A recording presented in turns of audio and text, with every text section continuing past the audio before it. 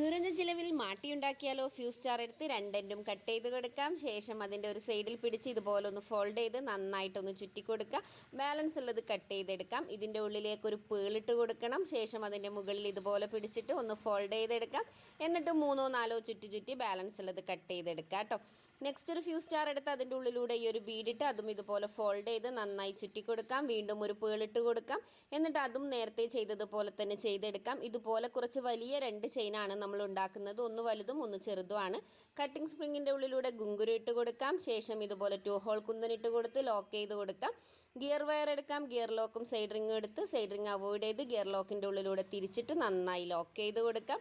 3 പേളാണ് ഇട്ട് കൊടുക്കുന്നത്. കുന്തനിട്ട് കൊടുക്കാം. 3 പേളി ഇങ്ങനെ വലിയൊരു ചെയിൻ ഉണ്ടാക്കി അതും നന്നായിട്ടൊന്ന് ലോക്ക് ചെയ്തെടുത്ത് ഈ ഒരു കട്ടിംഗ് സ്പ്രിങ്ങിൻ്റെ ഉള്ളിലൂടെ ഇത് 3ഉം ഇട്ടെടുക്കാം. വളരെ സിമ്പിളാണ്, പെട്ടെന്ന് ചെയ്തെടുക്കാൻ പറ്റും. തീർച്ചയായും നിങ്ങളൊന്ന് ട്രൈ ചെയ്ത് നോക്കൂ കേട്ടോ.